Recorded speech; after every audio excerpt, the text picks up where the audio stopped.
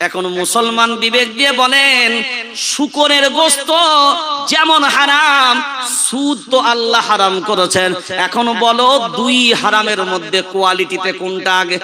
এখন বলেন, যদি সপ্তাহে ওই বন্ধনের এজেন্টের সাথে আপনার বিবির সাক্ষাৎ হয়, তো সপ্তাহে সাক্ষাৎ হতে হতে একদিন অসাক্ষাৎ হবে না? ফা'তাবিরু ইয়া উলিল আবসার। আল্লাহ নিজে জানিয়ে দিলেন, আল্লাহর গোলাম, ইতিহাস ভুলে গেলে চলবে না। কারণ ইতিহাস এমন একটা অধ্যায়, ইতিহাস এমন একটা পাঠ, ইতিহাস যে ব্যক্তি ভুলে গেছে তার সব অতীত তার কাছে পুরো শূন্য। মানুষ মনে মনে ভাববেন ইতিহাস মনে রেখে লাভ আর কি হবে? বাবরি মসজিদ আজকে আমাদের কাছে ইতিহাস হয়ে গেল। কেউ বলবে না আর তো বাবরি মসজিদের কোনো অস্তিত্ব নাই, ওই জন্য ওর আলোচনাও আমাদের ভিতরে থাকবে না। অপরাধী যারা, অন্যায়কারী যারা, সবাই তো এটা চাইবে বাবরির মসজিদ যেন কেউ স্মরণে না রাখে। আমাদের পরের জন্মে যারা আসবে ভারতবর্ষের জমিনে, তারাও জানবে এই দেশের মাটিতে কোনো বাবরি নামক মসজিদ ছিল না। এখন আমরা বুঝি ওই মসজিদ তোমরা শহীদ করে হয়তো অন্য কিছু বানিয়েছ, কিন্তু ইতিহাস আমরা ভুলতে পারি না। কারণ 50 বছর না আমাদের কাছে ইতিহাস পড়ে আছে, 1500 বছরের না আমাদের কাছে ইতিহাস পড়ে আছে।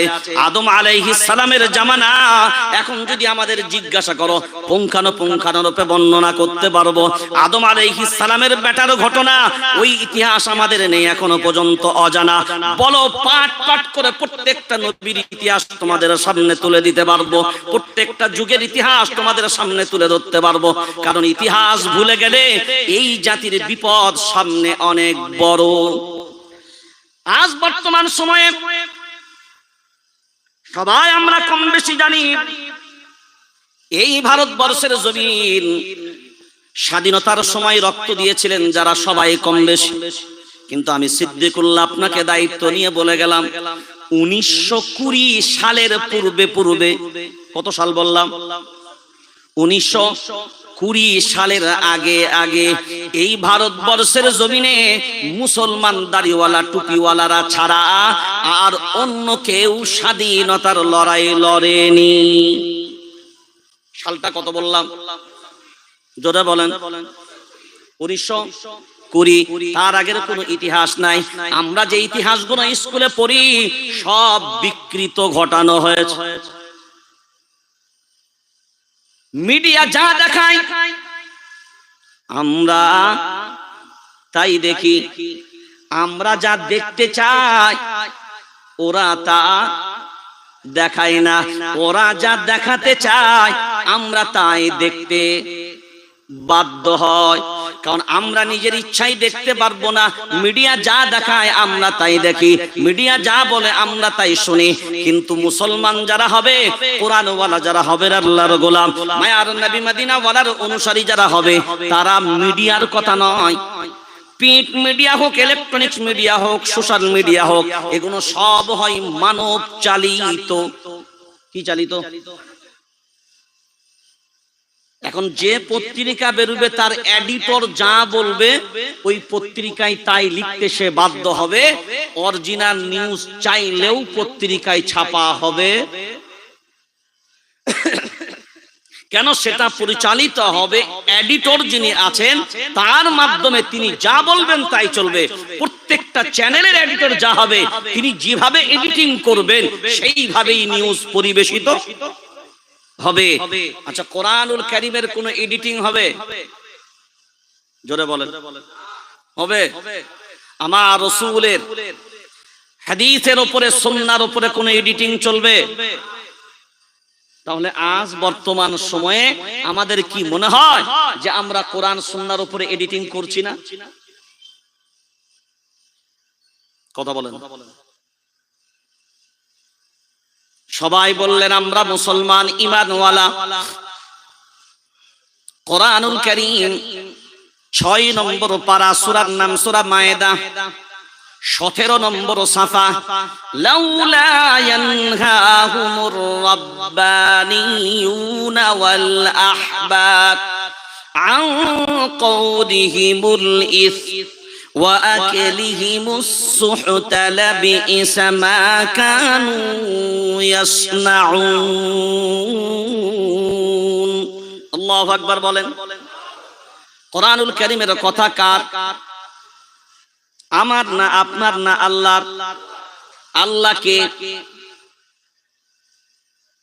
আল্লাহকে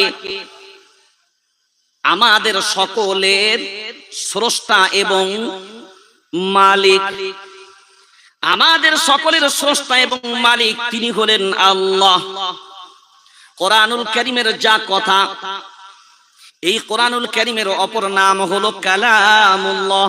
সবাই বলেন কি নাম বললাম? কালামুল্লাহ। কালাম মানেও কথা, আর কালামুল্লাহ মানে আল্লাহর কথা।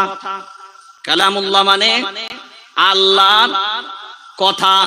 কালামুল্লাহ আল্লাহর কথা। হে মুসলমান, ভাবনা চিন্তা করে বিবেক দিয়ে বলেন, এই কোরআনের প্রত্যেকটা কথাই যদি আল্লাহর হয়, একটা কথা যদি কোরআনুল কারীমের আমি না মানতে পারি, এখন বুকে হাত রেখে বিবেক দিয়ে বলেন আমি কার কথা মানি নাই? কোরআনের একটা কথা যদি আমি না মানি, কার কথা মানলাম না? সবাই জোরে জোরে, কার কথা মানলাম না? আল্লাহর কথা। এখন বিবেক দিয়ে বলেন, কোরআনের একটা কথা মানলাম না, এর অর্থ হলো আমি আল্লাহর কথা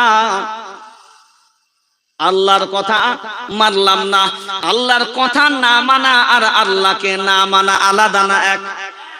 জোরে বলেন এক। হে মুসলমান, বিবেক দিয়ে ভাবনা চিন্তা করে বলেন, আপনারা সবাই কম বেশি জানেন একজনের নাম ছিল আযাজিল, বর্তমানে যার নাম,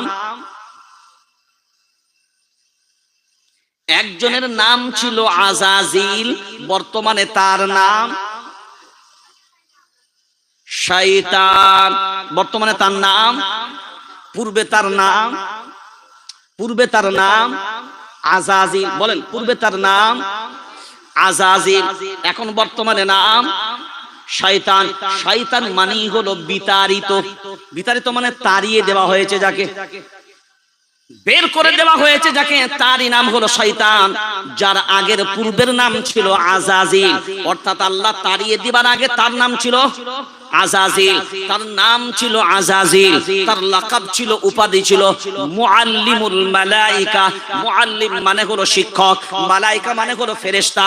ফেরেশতাদের শিক্ষকের নাম হলো আযাজিল, বর্তমানে তার নাম, জোরে বলেন। এই শয়তানি যখন মুআল্লিমুল মালাইকা ছিল, তখন কাদের শিক্ষক? ফেরেশতাদের শিক্ষক। ফেরেশতা কারা? নিষ্পাপ বেগুনাহ, নিষ্পাপ বেগুনাহ, যাদেরকে আল্লাহ নূর দ্বারা বানিয়েছে। এবার বিবেক দিয়ে ভাবনা চিন্তা করে বলেন, জিবরিল আলাইহিস সালামের শিক্ষক, এই বর্তমানের শয়তান। মিকাইল আলাইহিস সালামের শিক্ষক, এই বর্তমানের শয়তান। ইসরাফিল আলাইহিস সালামের শিক্ষক, এই বর্তমানের, আওয়াজ দেন, শয়তান। আজরাইল আলাইহিস সালামের শিক্ষক, জোরে বলেন, এই শয়তান। শুধু শয়তান না, কোন শয়তান? হ্যাঁ, এই যেটা বর্তমানে আছে। আর তখন ছিল কি? জোরে বলেন, আযাজিল।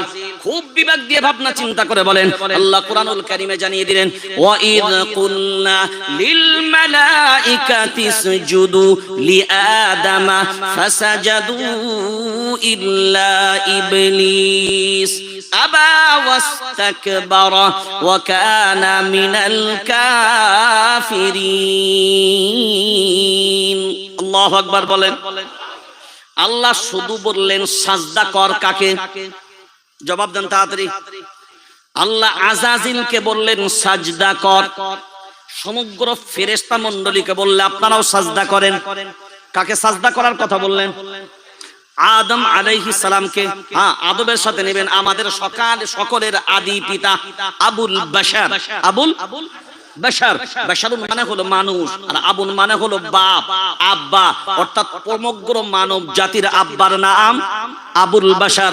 কোরআনুল কারীম সূরার নাম সূরা হুজরাত 26 নম্বর পারা 16 নম্বর সাফার ভিতরে আল্লাহ বলেন, يا أيها الناس إنا خلقناكم من ذكر وأنثى وجعلناكم شعوبا وقبائل لتعارفوا إن أكرمكم عند الله أتقاكم।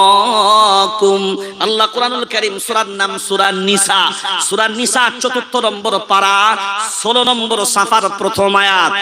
ইয়া আইয়ুহান নাসু তাকু রাব্বাকুমুল্লাযী খালাকাকুম মিন নাফসিন ওয়াহিদা ওয়া খালাকা মিনহা যাওজাহা ওয়া বাসসা মিনহুমা রিজালান কাসীরান ওয়া নিসাআ ওয়াত্তাকুল্লাহাল্লাযী তাসাআলুনা বিহি ওয়াল আরহাম।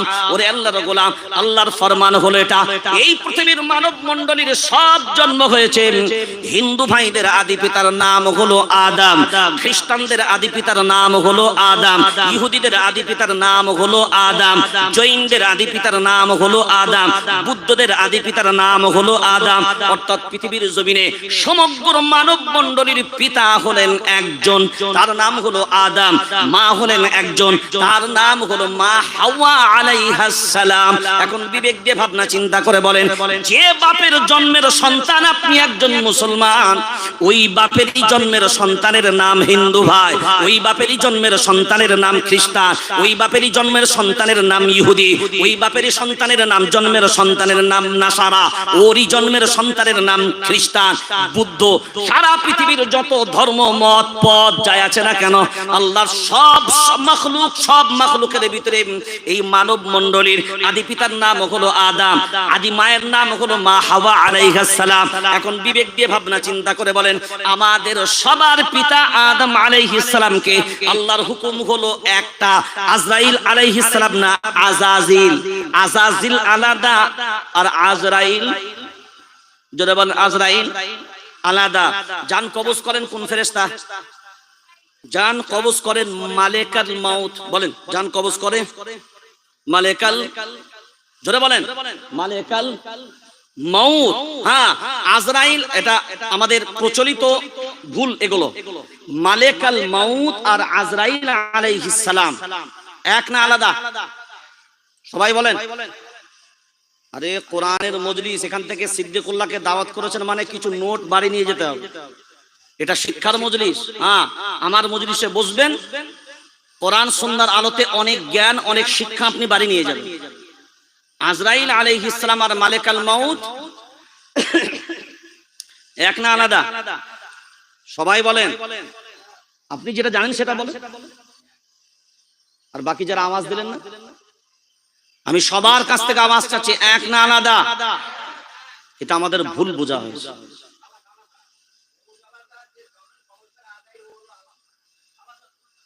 মালেকাল মাউত আর আজরাইল আলাইহিস সালাম।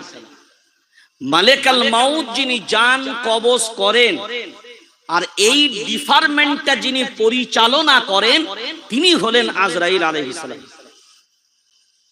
কথাটা বুঝে আসলো না? বুঝে আসলো না?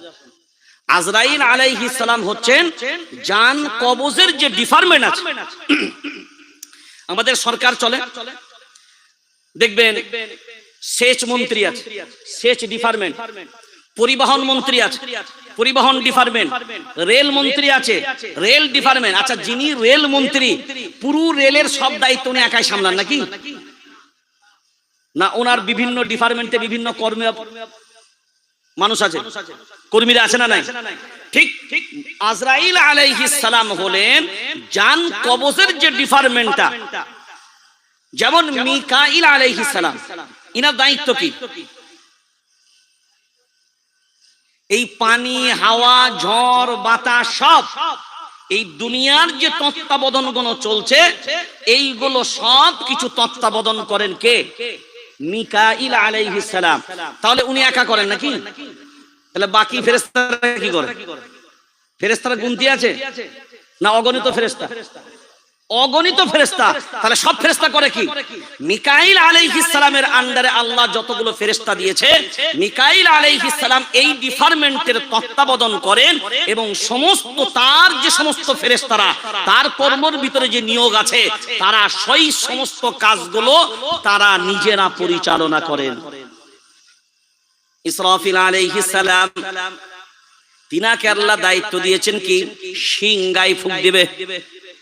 এক হাতে সিংহা ধরা, যেদিন থেকে আল্লাহ অর্ডার করেছে।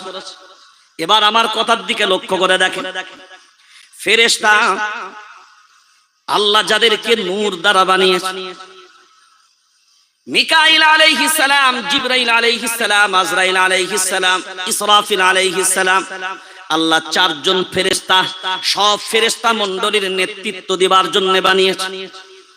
এখন বিবেক দিয়ে ভাবনা চিন্তা করে দেখেন, ইসরাফিল আলাইহিস সালাম এই যে সিংহায় ফুঁক দিবেন, এই যে ইসরাফিল আলাইহিস সালাম, এখন বিবেক দিয়ে ভাবনা চিন্তা করে বলেন, যেই দিনকে আল্লাহ হুকুম দিয়েছেন সেই দিন থেকে সিংহা ধরে রেডি, সেই দিন থেকে সিংহা ধরে রেডি।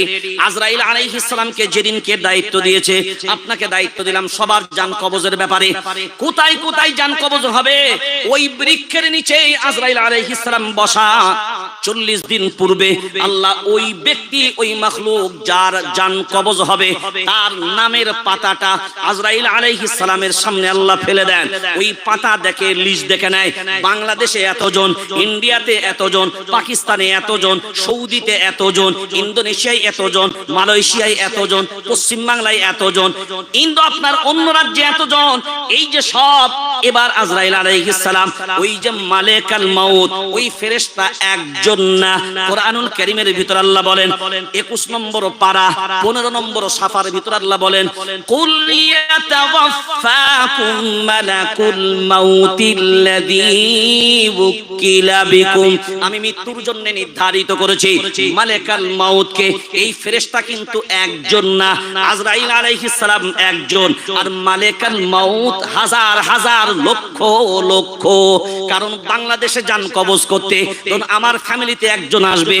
একই সময় যদি সারা পৃথিবীর জমিনে 1 লক্ষ জান কবজ হয়, এখন আজরাইল আলাইহিস সালাম যদি একা হন, বিবেক দিয়ে ভাবনা চিন্তা করে বলেন, সৌদিতে 10 জন, আপনার ইন্ডিয়াতে 10 জন, পাকিস্তানে 10 জন, তাহলে একই সাথে একই সঙ্গে একজন ব্যক্তি বা একজন ফেরেশতা সব জায়গায় জান কবজ করা সম্ভব? মালেকাল মাউতদেরকে ভাগ করে দেন, তারা যায় বিভিন্ন জায়গায় জান কবজ করে। আমাদের ধারণার ভিতরে এটা একটা ভুল ধারণা ছিল, এই ভুল ধারণাটাও আমাদের চলে যাওয়া দরকার, কারণ মাউত আমাদেরকে জান কবজ করে। এবার বিবেক দিয়ে বলেন, এই মালেকাল মাউত আর আজরাইল আলাইহিস সালাম যে ফেরেশতাই বলেন না কেন, সবাইকে আল্লাহ বললেন সাজদা কর। হুকুমটা কটা? সবাই বলেন হুকুমটা কটা? একটা। কটা হুকুম? একটা। হুকুমটা যখন আল্লাহ করেন, তার আগে আজাজিলের একটু পরিচয় সংক্ষেপে আপনি বুঝে নেন। মিস্টার বর্তমানে যিনি ইবলিস বা শয়তান যাই বলেন না কেন, যখন তার নাম ছিল আজাজিল, ফেরেশতাদের শিক্ষক, 1 বছর 2 বছরের ইবাদত না, লক্ষ বছর ইবাদত বন্দেগী করেছে। তারপরে আল্লাহ, শয়তান কিন্তু ফেরেশতাদের বংশভূত নয়, শয়তান হলো জিন জাতির বংশভূত। শয়তান হলো কোন জাতির? জিন জাতির আপনারা বংশভূত। এই যে আমরা এখন দুনিয়াতে মানুষ বাস করি, আমরা এখন দুনিয়াতে মানুষ বাস করছি, আমাদের পূর্বে এই পৃথিবীর জমিনে জিন জাতি বসবাস করত। কোন জাতি? কোন জাতি? হ্যাঁ, আমাদের পূর্বে এই দুনিয়ার জমিন জিন জাতিদের ছিল, তারা বসবাস করত। ওয়াইদ ক্বালা রাব্বুকা লিল মালাইকাতি ইন্নী জাইলুন ফিল আরদি খলিফা ক্বালু আতাজআলু ফিহা মান ইফসিদু ফিহা ওয়া ইয়াসফিকুদ দিমা ওয়া নাহনু নুসাব্বিহু বিহামদিকা ওয়া নুকদ্দিসু লাক ক্বালা ইন্নী আ'লামু মা লা তা'লামুন। যখন আল্লাহ মানুষ সৃষ্টির জন্য চিন্তা ভাবনা করে ফেরেশতাদের সামনে প্রস্তাব দিলেন, ফেরেশতারা বলেনি আল্লাহ কেন আবার মানুষ সৃষ্টি করছেন? জিন জাতিকে তো সৃষ্টি করেছিলেন, তারা ঝড় ঝামেলা এইসব কলহ বিবাদ করে করে এই দুনিয়া ধ্বংস করে লীলা খেলা করলো, আবার এই মানুষকে নিয়ে আসছেন, আবার তেরা ঝামেলা করবে। আল্লাহ বলেছেন ইন্নী আ'লামু মা লা তা'লামুন, আমি আল্লাহ যা জানি আপনারা তা জানেন না। এখন দেখেন, যে ফেরেশতারা বাধা দিল, আল্লাহ যখন হুকুম করছেন সাজদা করো আমার সৃষ্টি আদমকে, আমার সৃষ্টি আদমকে, তো আল্লাহ যখন অর্ডার করছেন আমার সৃষ্টি, যে সৃষ্টির উপরে এই ফেরেশতারা বাধা দিয়েছিল, মানে কিঞ্চিত বোধ করেছে আল্লাহ এদেরকে আবার সৃষ্টি করার কি দরকার, সেই আদম আলাইহিস সালামকে সাজদার অর্ডার যখন আল্লাহ করলেন, ফেরেশতারা সাজদা করেছিল? হ্যাঁ আর না? জোরে বলেন। সাজদা করেছিল। সাজদা করলো না কে? জোরে বলেন। আচ্ছা, কটা করতে বলেছিল? সবাই বলেন কটা? একটা। কটা? একটা। আচ্ছা বলেন, আযাযিল লক্ষ লক্ষ বছর ইবাদত করলো, একটা সাজদা যদি না করে কোনো আপত্তি ছিল? কথা বলে। কতদিন ইবাদত করেছে? আপনার আমার বয়স কত? কারোর 50, কারোর 60, কারোর 70, 80, আরে 90 ধরেন। আশা করছি 90 এর উপরে কেমন আছে বলে তো মনে হয় না। আমি 90টাই ধরলাম। আপনি ইবাদত করলেও 90 বছর ইবাদত করেছেন। আর আযাযিল কত বছর? লক্ষ বছর টপকে দিয়েছে। তাহলে হাজার হাজার বছর ইবাদত করার পরে সাজদা কটা হুকুম? একটা। সাজদা কটা? একটা। তাও সাজদাটা আল্লাহর জন্য না আল্লাহর বান্দার জন্য? সবাই জোরে বলেন। আল্লাহ বান্দার জন্য। সাজদাটা আল্লাহর জন্য নয়, আল্লাহর বান্দার জন্য।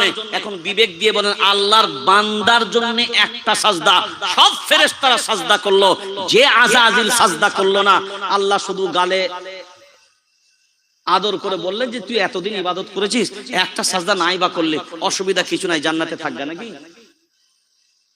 কথা বলে না। কি করলেন? করলেন ডাকি। মুসলমান, বিবেক দিয়ে ভাবনা চিন্তা করে দেখেন, একটা সাজদা শুধু আযাযিল করেনি, একটা হুকুম। কটা? এইটা মনে রাখবেন, কটা হুকুম? একটা।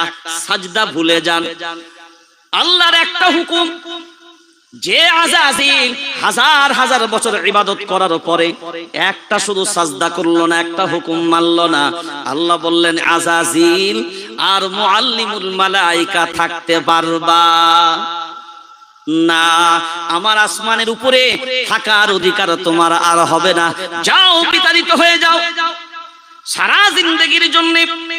এখন বিবেক দিয়ে বলেন, এই আযাযিল যার নাম ছিল এখন বর্তমানে শয়তান, ও যদি বলে আল্লাহ তখন ভুল করে ফেলেছিলাম, বুঝতে পারিনি, এখন যদি আজ শয়তান তওবা করে, এই তওবা কি তার কবুল হবে? জোরে বলেন, তওবা কবুল হবে না। সুম্মা লাআতিয়ান্নাহুম মিন বাইনি আইদিহিম ওয়া মিন খালফিহিম ওয়া আন আইমানিহিম ওয়া আন শামাইলিহিম ওয়া লা তাজিদু আকসারাহুম শাকিরিন। ওরে আল্লাহর গোলাম, সূরার নাম সূরা আরাফ, 8 নম্বর পারা 11 নম্বর সাফার ভিতর আল্লাহ বলেন, শোনো, শয়তান এমন একটা জিনিস, চারিদিক দিয়ে মানুষের প্রতি আক্রমণ করবে, কারণ এই আদম আলাইহিস সালামের জন্য এই শয়তানকে শয়তান হতে হয়েছে। আল্লাহর খাস থাকার পরেও কিন্তু দুনিয়াতে আল্লাহ পাঠিয়ে দিয়েছে একটা হুকুম, আযাযিল না মানার কারণে আল্লাহ বলেন, যা সারা জিন্দেগীর জন্য জাহান্নামের জন্য নির্ধারিত হয়ে যা। হে মুসলমান, বিবেক দিয়ে ভাবনা চিন্তা করে বলেন, একটা সাজদা আযাযিল করেনি, সারা জিন্দেগীর জন্য জাহান্নামী। হে মুসলমান, বিবেক দিয়ে নিজের বুকে হাত রেখে নিজের বিবেককে জিজ্ঞাসা করেন, বলেন আপনার জীবনে কত আযান আপনার কানে গেছে, কত হাইয়া আলাস সালাহ আপনার কানে গেছে, কত হাইয়া আলাল ফালাহ আপনার কানে পৌঁছেছে? একবার নয়, হাজার বার বিবেক দিয়ে ভাবনা চিন্তা করে বলেন, আপনার জীবনে আযাযিলের মতন একটা সাজদা মিস হয়েছে না অনেক? কথা বলে না? জোরে বলেন। একটা সাজদা না করার জন্য যদি আযাজিল সারা জিন্দেগীর জন্য শয়তান হয়ে সারা জিন্দেগী যদি জাহান্নামের সাজা কাটে,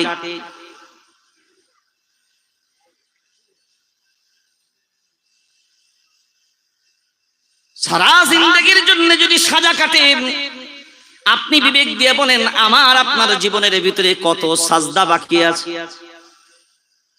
একটা হুকুম না মানার কারণে যদি শয়তান জাহান্নাম সারা জীবনের জন্য হয়, এ মুসলমান বিবেক দিয়ে বলেন আমরা কত আল্লাহর হুকুম থেকে দূরে আছি। আমার আপনার সবার আদি পিতা আদম আলাইহিস সালাম আল্লাহ জান্নাতের ভিতরে রাখলেন মা হাওয়া এবং আদম আলাইহিস সালাম। সবাই আমরা কম বেশি জানি, ঘটনা আমার বলার উদ্দেশ্য না। আল্লাহ বলেন আদম জান্নাতের ভিতরে সব ভোগ করো, খাও, পান করো, কোনো সমস্যা নাই, শুধু আমি আল্লাহ একটা নিষেধ করলাম। শয়তানকে করেছিল একটা আদেশ, আর আদম আলাইহিস সালামকে করলো একটা নিষেধ। একটা জোরে বলেন নিষেধ। এখন বিবেক দিয়ে বলেন আদম আলাইহিস সালাম ছিলেন নবী, আমাদের সবার আদি পিতা। এই আদম আলাইহিস সালামকে সাজদা না করার জন্যই তো আযাজিল শয়তান হলো। সেই আদম আলাইহিস সালামকে আল্লাহ শুধু একটা নিষেধ করলেন, সব খাও, পান করো, আমি আল্লাহ আমার কোনো আপত্তি নাই, কিন্তু আমি আল্লাহ একটা জিনিস শুধু নিষেধ করে দিলাম, ওয়ালা তাকরাবা হাদিহিশ শাজারাতা ফাতাকুনা মিনাজ জালিমিন। শুধুমাত্র গন্ধব গাছের ফল তুমি খাবে না, কারণ আমি আল্লাহ ওটা আমার নিষেধ। হে মুসলমান বিবেক দিয়ে বলেন শয়তানের জন্য একটা আদেশ, আদম আলাইহিস সালামের জন্য একটা নিষেধ। বিবেক যদি থাকে বিবেকটাকে কাজে লাগিয়ে নিজের বিবেককে জিজ্ঞাসা করে দেখেন, আদম আলাইহিস সালাম, আমি সিদ্দিকুল্লাহ, আমার জবান এইভাবে চলবে না যে আমি বলবো আমার আদম আলাইহিস সালাম ভুল করেছিলেন, বাই মিস্টেক। তাও কার কথায়? আদম আলাইহিস সালাম দীর্ঘদিন ওই গাছের দিকে ফিরেও তাকায় না, ওই দিকে যাবে না। শয়তান দেখলো এ পুরুষ মানুষ, একে দিয়ে কাজ হবে না, বলে ধরতে হবে কাকে? প্রধানমন্ত্রী, গৃহমন্ত্রী, খাদ্যমন্ত্রী, অর্থমন্ত্রী, চারটে ডিপার্টমেন্ট সামলাই কে? তিনি হলেন আমাদের ঘরে কে? হাসিনা আর সকিনা। খাদ্যমন্ত্রী তিনি, গৃহমন্ত্রী তিনি, অর্থমন্ত্রী তিনি, রাষ্ট্র সচিব তিনি, পরিবার সচিব তিনি। কারণ বর যদি নিজের ইচ্ছায় কোনো সিদ্ধান্ত গ্রহণ করে নাই, স্ত্রী অভিমান হয়, আমার পরামর্শ তোমার প্রয়োজন হবে না, আমার সাথে প্রয়োজন হয় না, ওই জন্য শয়তান দেখে এই পুরুষ মানুষকে দিয়ে কাজ হবে না, কারণ ঠকাতে গেলে ঠকবাজিদের কাছে যাওয়া লাগবে। দেখবেন গ্রামগঞ্জে অনেক সময় ফেরিওয়ালারা আসে, ফেরিওয়ালা চেনেন তো?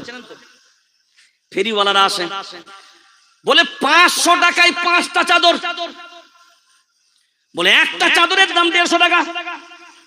তো একটা চাদরের দাম যদি 150 টাকা হয়, 500 টাকায় 5টা চাদরে কি করে হয়? বুঝতে পারেন নাই? ওই যে বললো 5টা চাদর 500 টাকায়, এ মহিলা, এ মায়েদের ব্রেন অতটা কাজ করে না। এরা মনে মনে ভাবলো সিঙ্গেল যদি নাও 150 টাকায় পাবে, আর যদি 5টা একত্রে নাও আমরা 5টা চাদর 500 টাকায় পেয়ে যাব, আমাদের 250 টাকা লাভ হয়ে যাবে। সকিনা তুই একটা, হাসিনা তুই একটা, আয়েশা তুই একটা, খাদিজা তুই একটা, আর ফাতেমা তুই একটা, সব 500 টাকা 5 জন মিলে বের করে দিয়ে আমরা 5টা চাদর নিয়ে নেব। চাদর যখন নিয়ে নেয়, মার দিয়ে এমন সুন্দর ভাবে মা গুলোকে বুঝিয়ে গেল পুরো কটন কাপড়ের মাল, খরমরে দেখে লাও, একবার দুইবার যেমনি ধয় তেমনি দেখে ভয়ে লো মাল টিক খায় না, কারণ 100 টাকায় ওর থেকে বেশি মাল পাওয়া সম্ভব হবে। একটা হাত রুমাল যদি পিওর কটনের নিতে যাও গো মা, ওই একটা হাত রুমালের দাম 60 থেকে 70 টাকা পড়ে যাবে। আর তুমি মা একটা বিছানার চাদর কোন যুক্তিতে তোমার ভাবনায় আসলো একটা সুতির চাদর 7 বাই 7 খাটের মাপে তুমি চাদর নেবে, তুমি 100 টাকায় একটা চাদর কি করে পাবে? ওটা তো 1 ফুট বাই 1 ফুট, এর দাম যদি 60 থেকে 70 টাকা হয়, একবার তোমার মেমোরিটা একবার তুমি জিজ্ঞাসা করলে না? ওই জন্য দেখবেন বর্তমান সময়ে দিন থেকে যদি সমাজকে দূরে রাখতে হয়, দিন থেকে যদি ধ্বংস করতে হয়, এর জন্য প্রয়োজন পুরুষ মানুষগুলোকে ধরে লাভ হবে না, কারণ ধরতে হবে কাদের? গৃহমন্ত্রীদের। আপনাদের এইদিকে নিশ্চয়ই চলে না, আমাদের বর্ধমানের কথা বলছি। এই যে বন্ধন লোন চলে না, চলে না? জোরে বলেন। আচ্ছা এটা সুদ না সুদ না? সবাই বলেন। আচ্ছা এইটা কি পুরুষ মানুষদের দেয়? জোরে বলেন। কাদের দেয়? হ্যাঁ, কেন এই জায়গায় খাপ মেরেছে? একটা কিস্তি নিবি, দুটো কিস্তি নিবি, তিনটে কিস্তি নিবি, এমন ভাবে তুই বুঝতেও পারবি না সুদগুলো এমন এমন ভাবে চাপিয়ে দেব, তারপরে তোর হিসাব 3 বছর 2 বছর পরে তোর হিসাব গুলিয়ে যাবে, আসলটাও বুঝতে পারবি না, পার্সেন্টেজ গুলো বুঝতে পারবি না। তোকে বললো 60% সুদ, তুই মনে মনে ভাবলি 60% সুদ, ও তার মানে 60 পয়সা, ও 60 পয়সাটা হিসাব করেছে। কিন্তু হাসিনা বানু 20,000 টাকায় যদি শতকরা 60% হয়, তো তুমি ওই হিসাবটা করনি। সেই দিনকে আমাকে একজন পেশেন্ট হসপিটালে ভর্তি করার উপর আমাকে বলছে, হুজুর আইসিইউ বেডটা এখানে খুব সস্তা। আমি বললাম কত করে? বললো হুজুর অক্সিজেন ঘন্টায় 150 টাকা করে নেবে। আমি বললাম ওরে গাধা, 24 ঘন্টায় যদি 150 টাকা করে হয় ক টাকা হয় বল? একজন বললো আমরা নেব 2700 টাকা, আর ও বলছে হুজুর এখানে সস্তা। বলো কি করে? বলে ঘন্টায় 150 টাকা। আমি বলি ওরে ও বলেছে 24 ঘন্টায় 2700 টাকা, আর এ যদি ঘন্টায় 150 টাকা করে হয়, তো 24 ঘন্টা তুই 24 কে হাফ কর আর ওইদিকে 24 জুড়ে দে, তারপরে হিসাব করে দেখ 24 ঘন্টায় কত হয়। মারা এই হিসাবে কাঁচা, কারণ ও 1 কোটি আর 2 কোটি আর 3 কোটি বোঝে, ও এর থেকে বেশি বোঝে না। ওই জন্য খাপলাবাজি যদি করতে হয় এইগুলো কি ধরো বন্ধন লোনের এজেন্ট যারা, আপনার নাম এসে বাড়িতে কোনোদিন হাঁকবে না, একবার জন্য বলবে না আব্দুল্লাহর বাপ কোথায়, ও সিদ্দিকুল্লাহ কোথায়, আসবে দরজার সামনে, ও চম্পার মা হাসিনা বানু কোথায়। ভাইরে বড়গুলো পুরুষগণের লজ্জা হওয়া দরকার। আপনার নাম বন্ধন লোনের এজেন্ট, আপনার নাম জানলো না, আপনি বাড়ির গার্জেন, আপনার খোঁজ হলো না। হাসিনার মাকে ও এজেন্ট খবর পেয়ে গেল হাসিনার মা কোনটা। ভাবনা চিন্তা করে বলেন, আপনার বাড়ির মায়ের পর্দা ছিল যে জায়গায়, ওই পর্দা হরণ করে যখন আপনি গোপন মিটিং এ চলে গেলেন, কারখানায় যখন বসেন, ঘরে যখন বসেন, বন্ধন লোনের এজেন্ট মাঝখানে বসা, যেন মনে হচ্ছে টাটকা জ্যান্ত পিরেছে। এবার বলেন আপনার স্ত্রী বসা কোথায়? পর্দার এই দিকে মনে হয় পিসাব, আর পর্দার ওই দিকে মনে হয় মায়েরা, না গোল টেবিল করে বসা। এই কথা বলেন, জোরে বলেন। ওই যে গোল টেবিল করে বসে আপনার বাড়ির মায়ের ইজ্জত গুলো সামনে গিয়ে, এখন বলেন যদি সপ্তাহে ওই বন্ধন লোনের এজেন্টের সাথে আপনার বিবির সাক্ষাৎ হয়, তো সপ্তাহে সাক্ষাৎ হতে হতে একদিন অসাক্ষাৎ হবে না?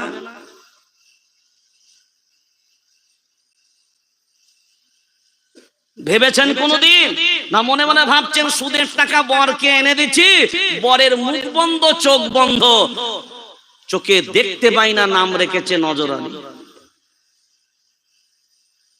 বিবি বেপরদায় ঘুরে বেড়ায়, বিবিকে বেপরদার জন্য, হারামের জন্য বন্ধন লোনের এজেন্টের সামনে বসিয়ে দিয়েছো। তুমি বিবেক দিয়ে বলো, এই এজেন্ট যদি এমন বসে থাকে, তোমার বিবি সামনে বসা, তোমার বাড়ির অন্য আরেকজন বৌমা সামনে বসা, বিবেক যদি থাকে বিবেক দিয়ে বলো, তারা যখন সামনে বসে হ্যাট হয়ে যখন হিসাব কষবে, এর হিসাবটা কি হবে?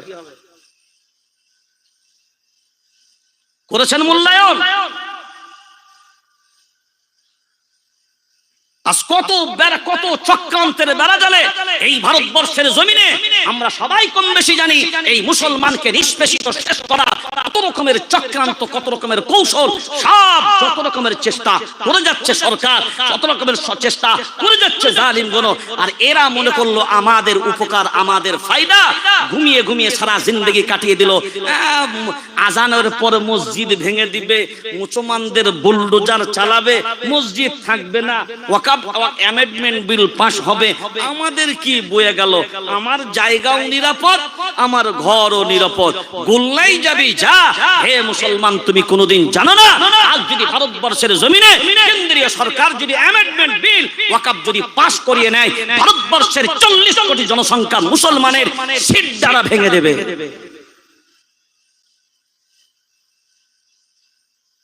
সিট দ্বারা ভেঙে দেবে। আপনি ওয়াকাফ অ্যামেন্ডমেন্ট বিল দেখেছেন? নাম হলো বন্ধন লোন, কিন্তু এর অরিজিনাল নামটা কি? কথা বলেন। সুদ। অরিজিনাল নামটা সবাই বলেন, কথা বলেন। সুদ হারাম না হালাল? সবাই নামটা কি? বন্ধন লোন না সুদ? ডাক নাম বন্ধন লোন, অরিজিনাল নাম জোরে বলেন। তো বন্ধন লোন সুদটা যদি বলে চালাতো, মুসলমান মায়েদের বাপেদের হয়তো খটকা লাগতো, হ্যাঁ রে সুদ নিতে যাচ্ছে আমার বউ। এখন বিবেক দিয়ে বলেন, আপনার বিবি হাজি বিবি, আপনার বিবি কোরআন বিবি, আপনার বিবি নামাজি বিবি। তো নামাজি বিবি নামাজের পাটিতে বসে আল্লাহকে বলো, ইয়্যাকা না'বুদু ওয়া ইয়্যাকা নাস্তাঈন, আয় আল্লাহ তোমারই ইবাদত করি আর তোমারই কাছে সাহায্য চাই। ওয়াদা কার কাছে?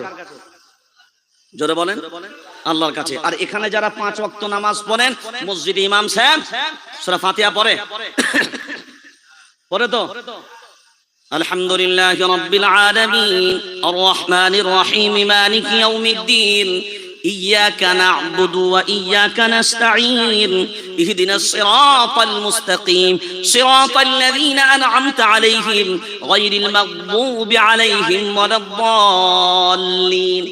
বিবেক দিয়ে ভাবনা চিন্তা করে বলেন, ইমাম সাহেব যখন সূরা ফাতিহা শেষ করেন, মুসল্লিরা কি বলে? সবাই আমিন। আমিন কেন বললেন? মানে হুজুর যা বলেছেন, ইমাম সাহেব যা বলেছেন, আমরাও সমর্থন করলাম। অর্থাৎ ইয়্যাকা না'বুদু ওয়া ইয়্যাকা নাস্তাঈন পড়েছেন ইমাম সাহেব, সমর্থন করেছি মুসল্লি সাহেব। এবার বলেন, ওখানে বললো আল্লাহ তোমারই কাছে সাহায্য চাই, তাহলে ওখানে আল্লাহর কাছে ওয়াদা হলো নামাজ বিবি, ওখানে হাজি বিবি, ওখানে মুসল্লি। আপনার বিবেক দিয়ে দেখেন, মাথায় আপনার টুপি, চেহারায় আপনার দাড়ি, বিবি পর্দায় বোরখায় বাইরে যায়, একবার নয় 1000 বার ভাবনা চিন্তা করে এবার বিবেক দিয়ে বলেন, ওখানে যখন গেলেন তখন আপনার ঈমান কোন জায়গায় হলো? ও মুসলমান বলো, তোমাকে যদি আমি বলি কুত্তার গোশত খাও, খাবেন? জোরে বলেন। যদি বলি শুকরের গোশত খান, খাবেন? আচ্ছা, শুকরের গোশত আর কুকুরের গোশত খাওয়ার মধ্যে পার্থক্য কি? দুইটি হালাল না হারাম? আচ্ছা, কত নম্বরের হারাম? 1 নম্বরের না 2 নম্বরের না 3 নম্বরের? সবাই বলেন, কয় নম্বরের হারাম? আচ্ছা, কুত্তার হারামটা মনে একটু কমজোর হারাম। কুত্তার গোশতটা কি একটু কমজোর হারাম? শুকরেরটা একটু ক্ষমতাশীল হারাম নাকি? শুকরের গোশত যেমন হারাম, কুত্তার পায়খানা যেমন হারাম, কুত্তার পিশাব যেমন হারাম, আপনার পায়খানা যেমন হারাম, আপনার পিশাবও তেমন হারাম। এখন মুসলমান বিবেক দিয়ে বলেন, শুকরের গোশত যেমন হারাম, সুদ তো আল্লাহ হারাম করেছেন। এখন বলো, 2 হারামের মধ্যে কোয়ালিটিতে কোনটা আগে?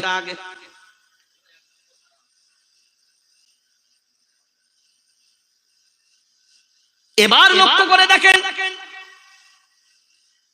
কোয়ালিটির দিক দিয়ে যদি যান, সমীক্ষার ওজনের দিক দিয়ে যদি যান, তো শুকরের গোশতের থেকেও সুদের হারামটার পাওয়ারটা বেশি। আমার চশমার 50 পাওয়ার চশমা আমারও চোখে আছে, আপনার চোখেও চশমা, চশমা আপনারও চোখে আমারও চোখে, দুটোই হলো চশমা, কিন্তু আমার পাওয়ার 50, আপনারটা হলো 200। আছে না নাই? হারাম হলো দুটোই, কিন্তু কোনটা যদি শক্তিশালীর দিক দিয়ে কেউ বিচার করতে যায়, যে সমীক্ষা অনুযায়ী হিসাব করব, তবে শুনে রেখে দেন আল্লাহর গোলাম, শুকরের গোশত খাবেন, শুধু হারাম হবে। কি হবে? শুধু, হ্যাঁ, এই হিসাব কোন মনে রাখবেন, শুধু হারাম হবে। আপনি হারাম ভক্ষণ করেছেন, এবার বলেন হারাম ভক্ষণ করলেন, এই পর্যন্ত শেষ। কিন্তু যে ব্যক্তি সুদ নেবে, সূরার নাম সূরা আল ইমরান, এই সূরার নাম সূরা আল বাকারা, 3 নম্বর পারা। সূরার নাম কি বললাম? সবাই বলেন, আল বাকারা। পারার নাম 3, পারার নাম 3। যখন ইচ্ছা খুলে দেখে নিন। সাফা হলো 6, সাফার নাম 6। আল্লাহ একেবারে 3 নম্বর পারার 6 নম্বর সাফার একেবারে বিচক্ষণ বরাবর আল্লাহ বললেন, ফাইল্লাম তাফআলু ফাআযানু বিহারবিন মিনাল্লাহি ওয়া রাসূলিহি। ওরে আল্লাহর গোলাম, একবারের জন্য নয়, 1000 বার ভাবনা চিন্তা করে দেখা দরকার। আল্লাহ বলেন, শুনে রেখে দাও, যে ব্যক্তি সুদ হারাম জানার পরেও সুদ ছাড়বে না, সুদ, জোরে বলেন, সুদ ছাড়বে না, বন্ধন লোন ভুলে যান, অরিজিনাল নামে ফিরে আসেন। আল্লাহ বলেন, যে ব্যক্তি সুদ হারাম জানার পরেও সুদ ছাড়বে না, ফাইল্লাম তাফআলু ফাআযানু বিহারবিন মিনাল্লাহি ওয়া রাসূলিহি। তাদেরকে জানিয়ে দেন নবী গো, ওই ব্যক্তিগুলোকে জানিয়ে দেন যারা সুদ ছাড়বে না, তাদের জন্য ঘোষণা করে দেন, তারা জানো রেডি হয়, তৈরি থাকে কিসের জন্য? যুদ্ধের জন্য তৈরি হবে। যুদ্ধ কার বিরুদ্ধে করবে? আল্লাহ বলেন, শোনেন হে নবী, আপনি জানিয়ে দেন, যুদ্ধের বিপক্ষে, সুদখোরদের বিপক্ষে দাঁড়াবেন যারা, 2 জনের নাম আল্লাহ ঘোষণা করে দিলেন। ওরে আল্লাহর গোলাম, এটা এবার ভেবে দেখেন, ফাইল্লাম তাফআলু ফাআযানু বিহারবিন মিনাল্লাহ। 1 নম্বরে আল্লাহ, হারবিন মিনাল্লাহি ওয়া রাসূলিহি, এবং আমি আল্লাহ, আমার রাসূল। যে ব্যক্তি সুদ ছাড়বে না, রেডি হতে বলো, তৈরি হতে বলো। কিসের জন্য? জিহাদের জন্য, যুদ্ধের জন্য। এরা রেডি হবে কার বিরুদ্ধে? আল্লাহর বিরুদ্ধে যুদ্ধ করার জন্য, নবীর বিরুদ্ধে যুদ্ধের জন্য। হে মুসলমান ভাই, বিবেক দিয়ে ভাবনা চিন্তা করে বলেন, নবীর বিরুদ্ধে যুদ্ধ করেছিল কারা? নবীর বিরুদ্ধে যুদ্ধ করে কারা? আল্লাহর বিরুদ্ধে যুদ্ধ করেছিল কারা? আর নবীর বিরুদ্ধে যুদ্ধ করেছিল কারা? আমরা পৃথিবীর জমিনে অনেক শুনে নিয়েছি। নবীর বিরুদ্ধে যুদ্ধ ঘোষণা করেছিল ফিরাউন তার নাম, নমরুদ তার নাম, আবু লাহাব তার নাম, আবু জাহিল তার নাম, উতবা তার নাম, শাইবা তার নাম। হে বিশ্বের মানুষ যারা মুসলমান বলে দাবি করেন, এখন বিবেক দিয়ে ভাবনা চিন্তা করে বলেন, ফিরাউন আল্লাহর নবীর বিরুদ্ধে যুদ্ধ ঘোষণা করেছে। এখন আল্লাহ বলেন, আমি আল্লাহ আমার রাসূলের বিরুদ্ধে যুদ্ধের জন্য তৈরি হতে বলো। নবীর বিরুদ্ধে যুদ্ধে দাঁড়াবে যারা, হাত তুলবেন শুধুমাত্র তারা।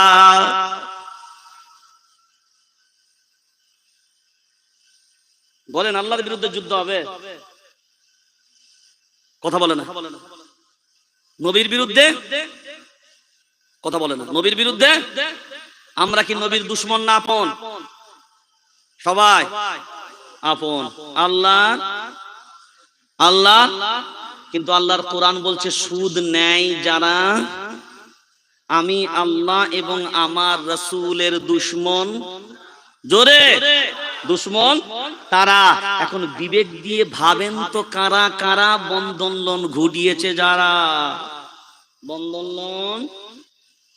বন্ধন লোন ঢুকিয়েছে যারা। এখন বলেন, বন্ধন লোন এটা সুদ, নামটা আমার সামনে দিল কি? কথা বলেন, কিন্তু এর অরিজিনালটা কি সুদ। আমার সামনে এই সূক্ষ্ম ভাবে এটা যখন উপস্থাপন করা হলো, আমি একজন মুসলমান হিসেবে ভাবলাম সুদ তো নয়, এটা তো একটা লোন, আমার উপকার হবে। আপনি আপনাকে জিজ্ঞাসা করি, আল্লাহর কাছে যদি আমরা চাওয়ার জন্য দাঁড়িয়ে যাই, আমার ভাগ্যে যতটুকু রিজিক আল্লাহ নির্ধারিত করেছে, ইন্নাল্লাহা ইয়ারযুকু মান ইয়াশাউ বিগাইরি হিসাব, আল্লাহ যাকে চান বেহিসাব রিজিক দেন। এখন বিবেক দিয়ে বলেন, আমার কিসমতে যে রিজিকটা আছে সেটা আমি পাবো না অন্য কেউ পাবে? কথা বলেন, জোরে বলেন। আমি পাবো না অন্য কেউ পাবে? এই যে আমার আপনার বাড়িতে মেহমান আসে না, কি বলেন আপনার, মেহমান বলেন না কি বলেন? বাইরে থেকে কুটুম নাকি মেহমান বলেন তো নাকি? কুটুমটা নিশ্চয়ই বলেন, বা আত্মীয় যাই বলেন না কেন। এই মেহমান আপনার বাড়িতে আসলো, খুব একটু নরমাল খাবার হয় না, একটু হাই কোয়ালিটি হয়, কেন বলেন তো? মেহমান এখন মেহমান আপনার বাড়িতে এসে যে খাবারটা খায়, ওরা কি আপনার ভাগ থেকে খায়? কার খাবার খায়? এটা জানেন আমাদের অনেকে জানেন না। উনি নিজের রিজিকটা আল্লাহ আপনার মেহমানের রিজিকটা আপনার বাড়িতে দিয়ে দেন, তিনি তার রিজিকটা খান। কারণ আপনি মেহমানকে খাওয়ানোর পর কি ভোকা থাকেন না? আপনিও খান, আপনি খান না? খান না? তাহলে আমিও খেলাম, তিনিও খেলেন, বরঞ্চ মেহমানের ওসিলায় আল্লাহ তারকেও ভালো খাওয়ালো, আমাকেও।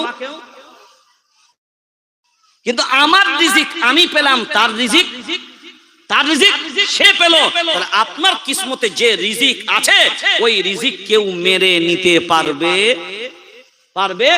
না। এখন এবার একটু পিছিয়ে গিয়ে ভাবনা চিন্তা করে বলেন, আমাদের কাছে এখন আমরা মনে করি শুকর হারাম, কুকুর হারাম, পিশাব হারাম, পায়খানা হারাম, কিন্তু বন্ধন লোন হারাম। কি বলি? হারাম নয়। কেন?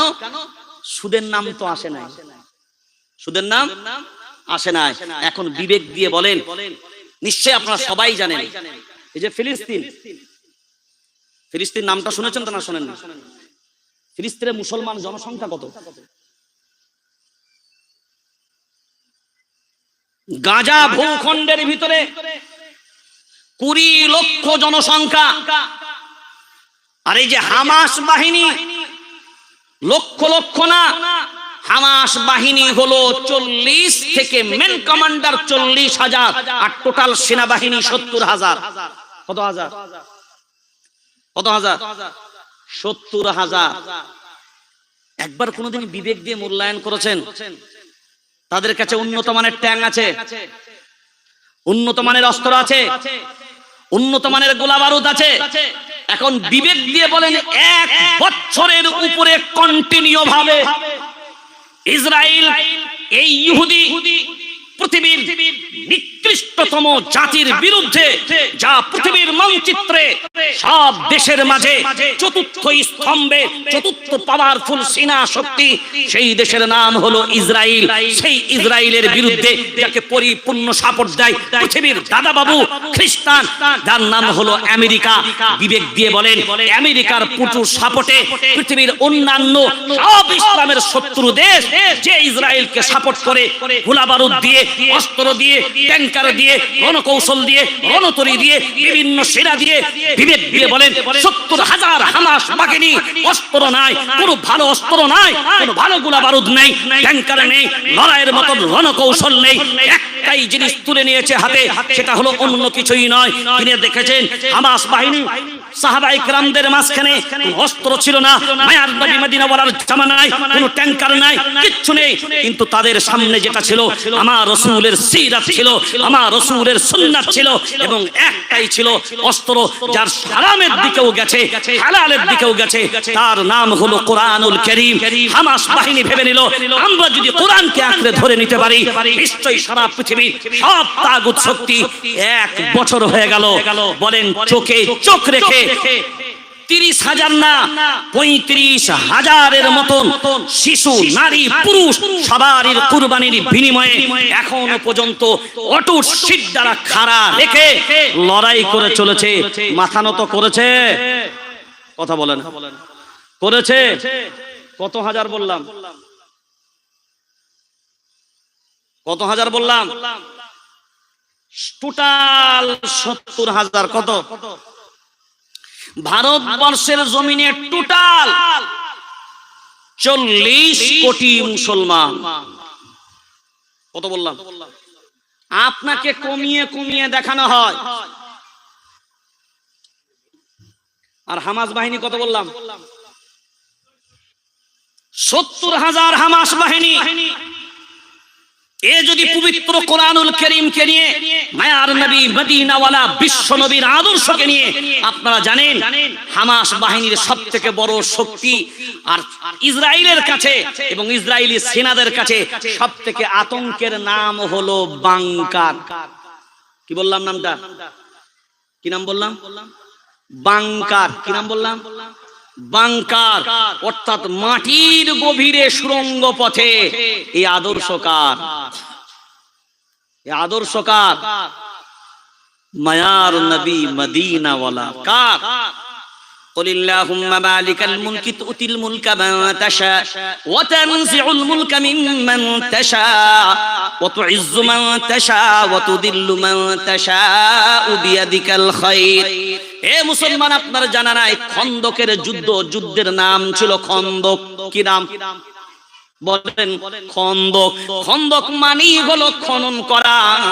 এই যুদ্ধ মায়ার নবী মদিনাওয়ালা নিজে তত্ত্বাবধান করেছিলেন। ওই খন্দকের যুদ্ধে মায়ার নবী মদিনাওয়ালা যে রণকৌশলটা বানিয়েছিলেন, ওই রণকৌশলটাই ছিল খনন করা। আমরা খনন করে রাখবো, ওর ভিতর থেকে যুদ্ধ হবে। এই প্রান্তে আমরা আজ পৃথিবীর জমিনে সেনাবাহিনীরাও বাংকার খনন করে যুদ্ধের রণকৌশলের ভিতরে একটা কৌশলের নাম হলো বাংকার। ওইটাই হামাস বাহিনী ওই যে মাটির তলায় বাংকার খনন করে নিয়েছে। সারা পৃথিবীর সেনাবাহিনী সব পাওয়ারফুল শক্তি পাওয়ার পরে তাদের ভাবনা হলো এরা মাটির তলায় কোন জায়গায় লুকিয়ে আছে। এখনো পর্যন্ত ইন্টারন্যাশনাল শক্তি হওয়ার পরে ধরা পড়ে নাই।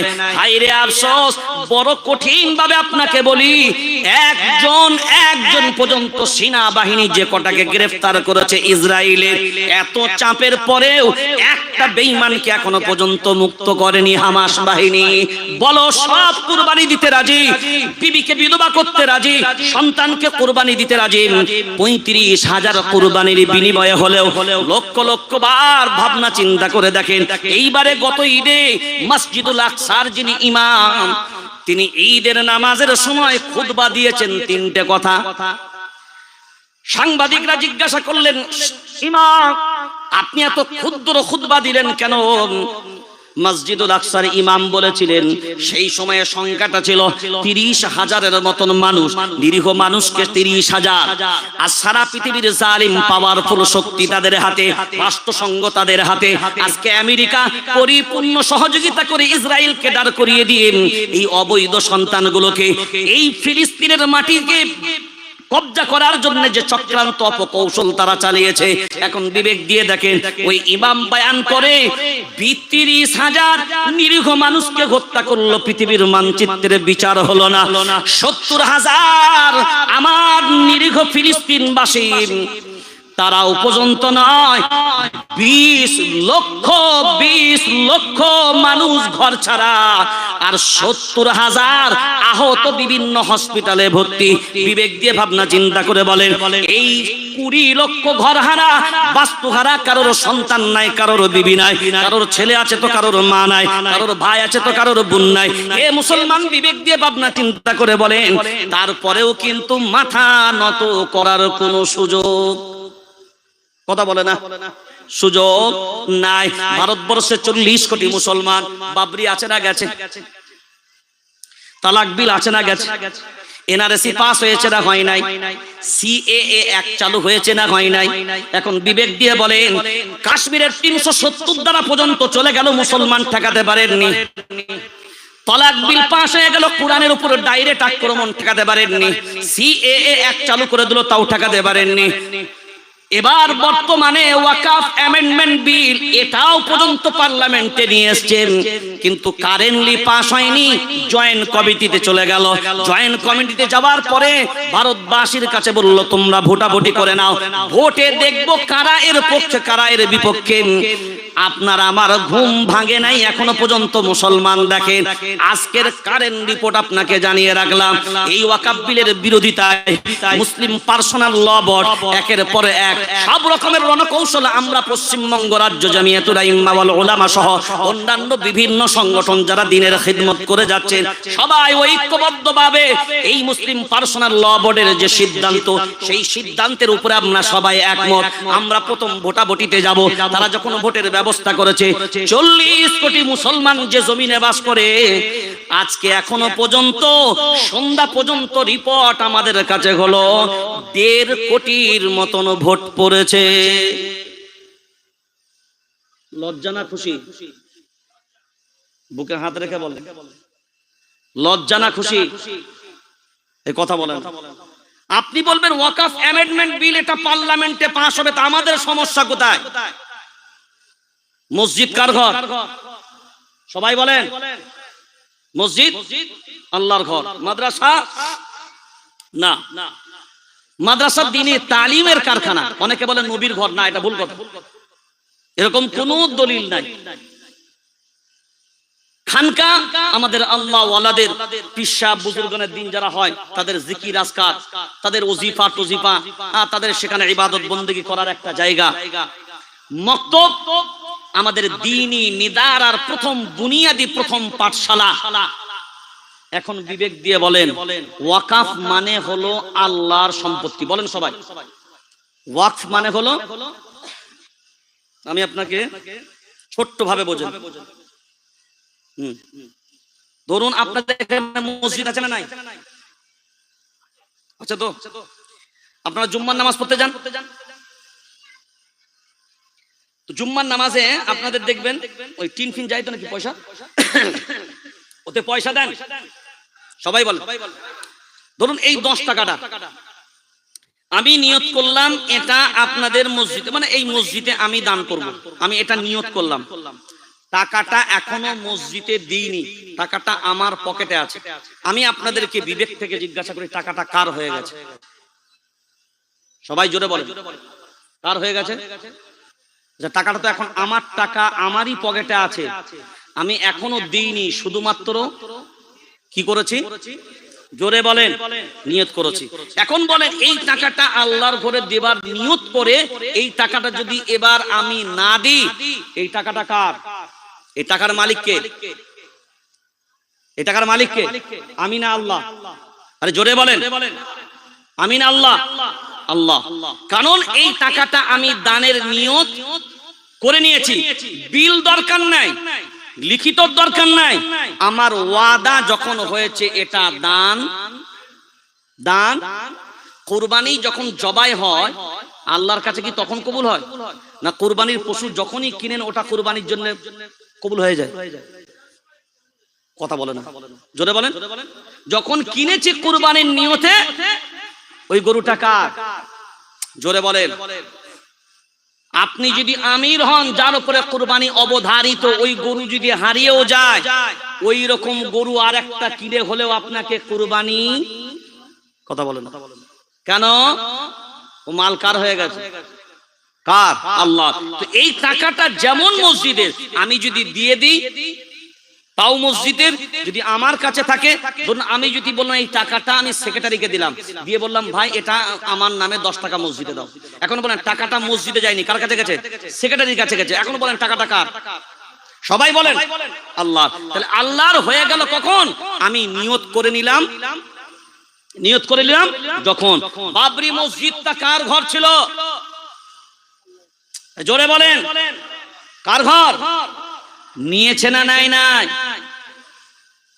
আওয়াজ দিবেন, ভয়ের কোনো ব্যাপার নাই। ডর গায়া তো গায়া। এই ভয় খেয়ে খেয়ে জাতি ঘুমিয়ে ঘুমিয়ে আজ এদেরকে সুযোগ করে দিয়েছেন আপনার উপরে স্টেমরোলার চালানোর জন্য। আমরা কোনো কাপুরুষ না, আমরা সিংহের সন্তান। শহীদ ইসমাইল রহমতুল্লাহ আলাইহি বালাকোটের ময়দানে বেঈমান সামনে দাঁড়ানো। শহীদ ইসমাঈল রাহমাতুল্লাহ শুধু বলে, বেঈমান আল্লাহর দুশমন, তোর গর্দান যতক্ষণ পর্যন্ত আলাদা না করব আমি শহীদ ইসমাঈল ঘোষণা করলাম আমার ধর ততক্ষণ পর্যন্ত মাটিতে পড়তে দেব না। এই ওয়াদা করে নেবার কারণে শহীদ ইসমাঈল রাহমাতুল্লাহ আলাইহির সামনে দাঁড়া এই কথা যেমনি বলেছেন, একজন বেঈমান পিছন থেকে এসে শহীদ ইসমাঈল রাহমাতুল্লাহ আলাইহির গর্দানের উপরে তলোয়ার চালিয়েছেন। শহীদ ইসমাঈল রাহমাতুল্লাহ আলাইহির কল্লা পুরো আলাদা, ধর কল্লা আলাদা।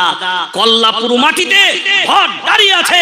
পৃথিবীর সামনে জয় আল্লাহর দুশমন সামনে দাঁড়ানো। কিন্তু এই যে কোরআন ওয়ালা কসম খেয়ে নিয়েছে, লাউ আকসামা বিল্লাহি লা আবাররা, এই যে কসম খেয়ে নিয়েছে আল্লাহ ওয়ালারা, আল্লাহ বলেন শহীদ ইসমাঈল টেনশন তোমার নাই।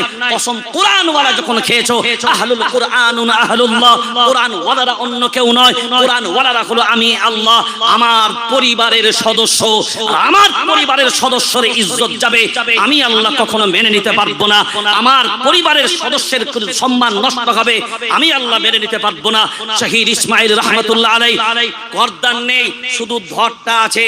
বিবেক দিয়ে বলেন এই মানুষের পক্ষে হাঁটা সম্ভব নয়, মানুষের পক্ষে চিনা সম্ভব নয়। তারপরেও ইতিহাস সাক্ষ্য দিয়েছে, এক পা নয়, দু পা নয়, 10 কদম নয়, 20 কদম নয়, 40 কদম পর্যন্ত শহীদ ইসমাঈল রাহমাতুল্লাহ আলাইহি গর্দন বিহীন শুধু বডিটা নিয়ে জালিমের সামনে গিয়ে দাঁড়িয়েছে। জালিমের ভিতরে আল্লাহ এমন কমজোর দুর্বল পয়দা করে দিয়েছে, তার অস্ত্র থাকার পরেও ক্ষমতাহীন, অস্ত্র থাকার পরেও শক্তিহীন দাঁড়িয়ে গেছে হতভম্বের মতন। অবস্থাটা কি? গর্দন নেই, মাথা মুন্ডু বিহীন দেহ। আমার সামনে 40 কদম আসার পরে আল্লাহর পক্ষ থেকে ইলহান এইভাবে আসলো, চালা তলোয়ার সামনে, আল্লাহর দুশমন তোর সামনে আছে। শহীদ ইসমাঈল রাহমাতুল্লাহ আলাইহি মুন্ডু বিহীন দেহ নিয়ে তলোয়ার চালালেন বেঈমানের গলায়। বেঈমানের ধর মাটিতে পড়ার পর তারপরে শহীদ ইসমাঈল রাহমাতুল্লাহ আলাইহির ধর মাটিতে পড়ছে।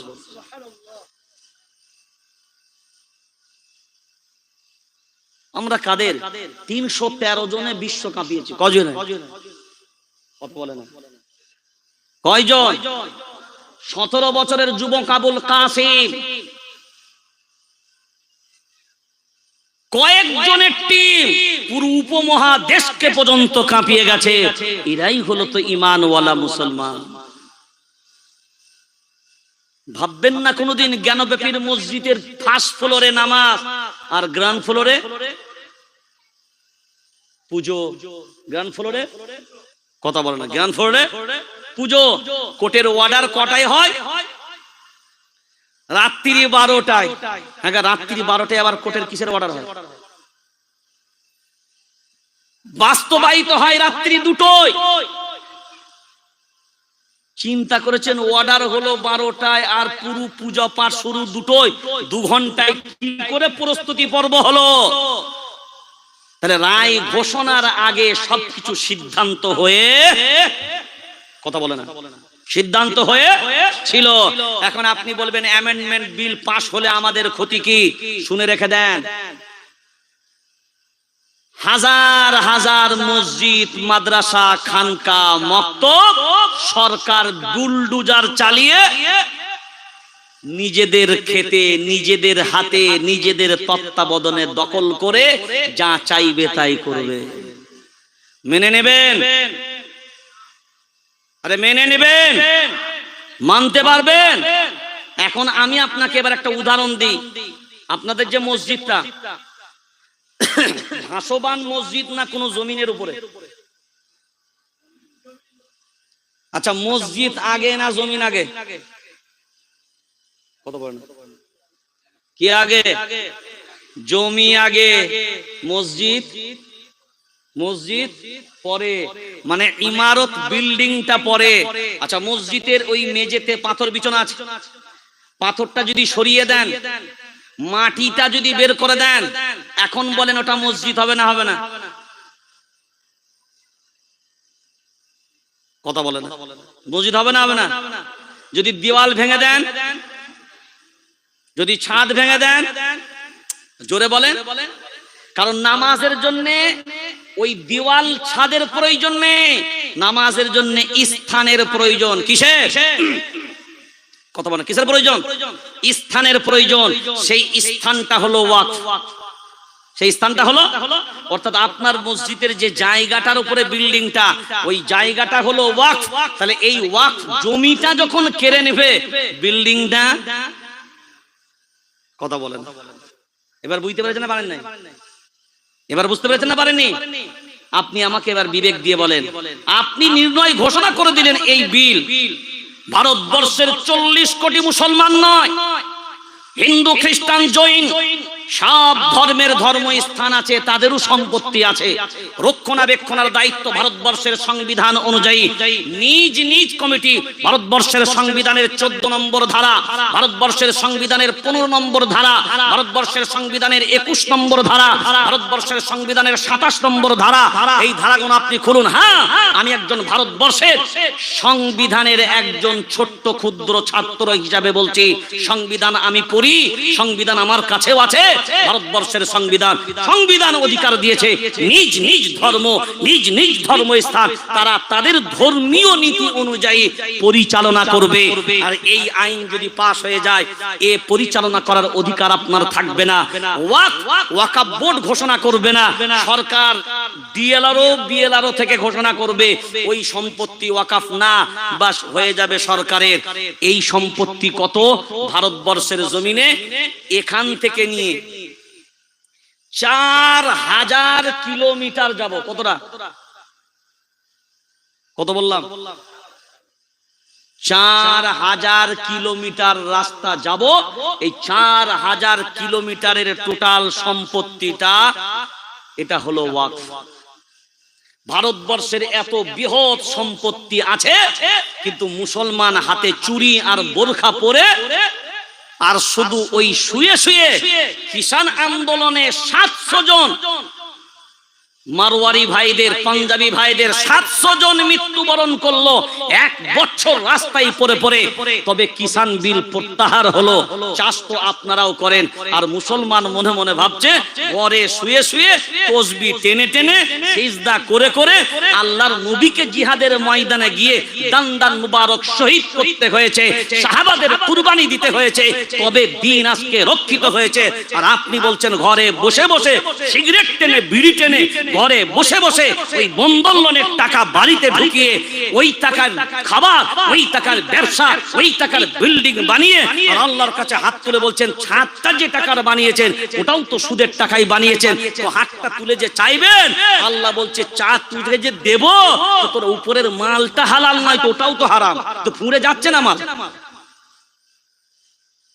তো আপনি যতই বলেন রব্বানা আতিনা, আল্লাহ দাও না,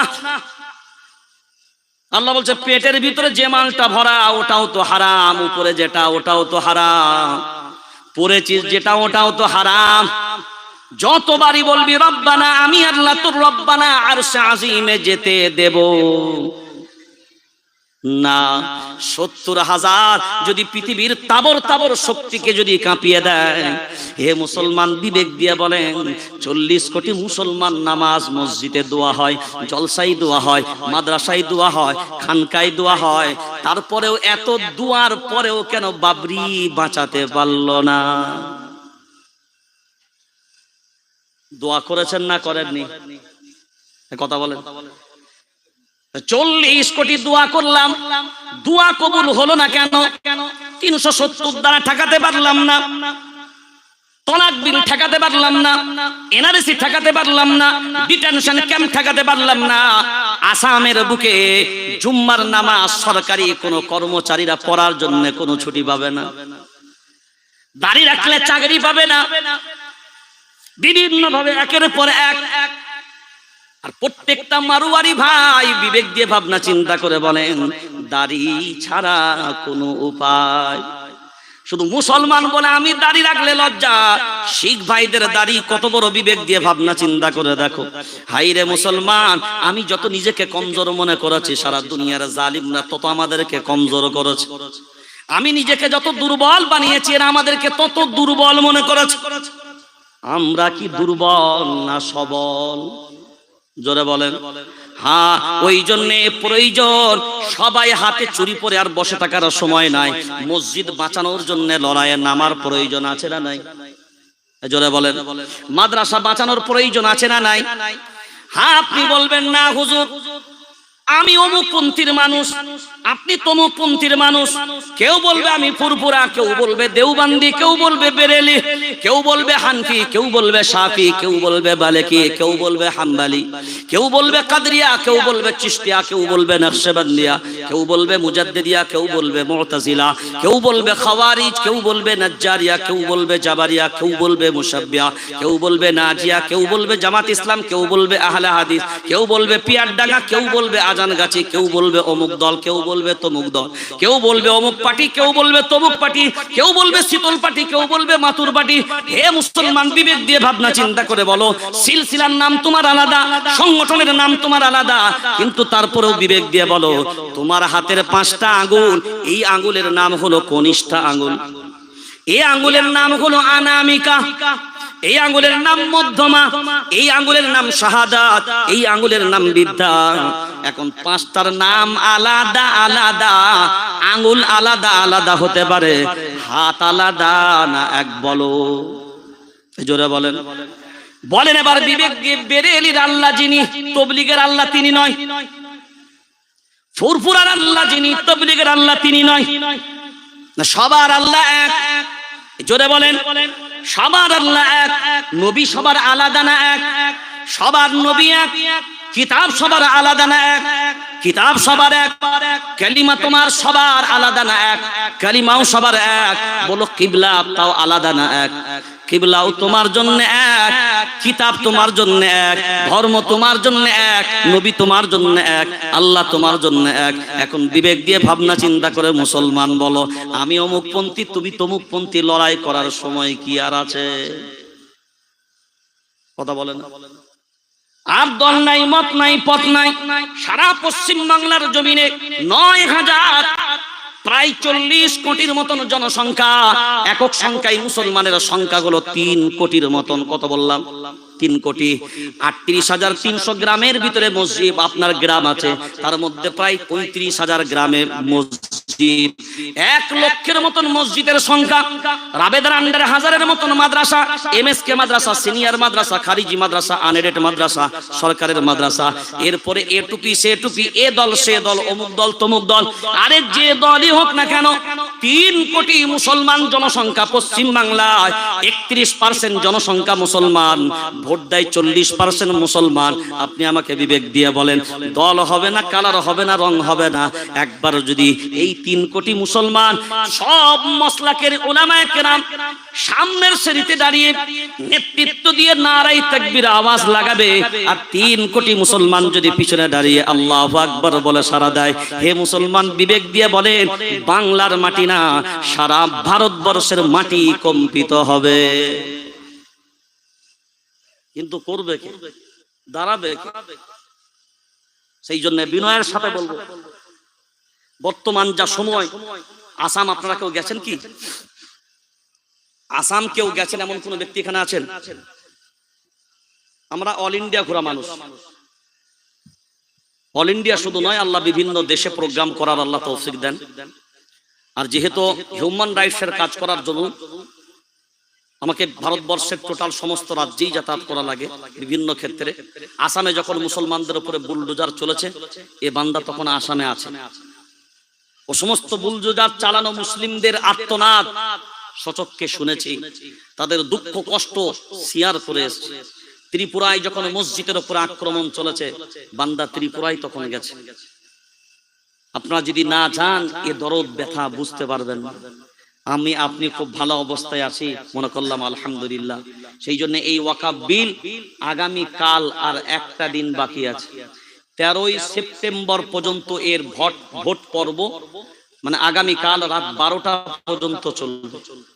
উচিত ছিল যে সারা ভারতবর্ষের মুসলমানরা দলবদ্ধভাবে, ঐক্যবদ্ধভাবে প্রত্যেকটা মোবাইল থেকে অন্ত মুসলিম পার্সোনাল ল বোর্ডের ওই ইমেল আইডির উপরে এই সরকারের এই ওয়াকফ আইন বিরোধী একটা ভোট ডালা। এখানে ভোট কারা কারা দিয়েছেন একটু হাত তুলেন তো দেখি। চিন্তা করেন, এত লোকের মধ্যে 3 জন। এই দুর্বলতা শুধু এখানকার না,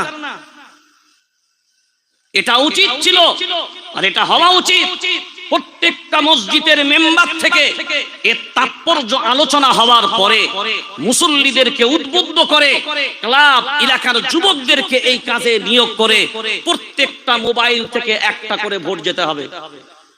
কালকে লাস্ট ডেট আছে, দেবেন ইনশাআল্লাহ সবাই ভোট দেবেন।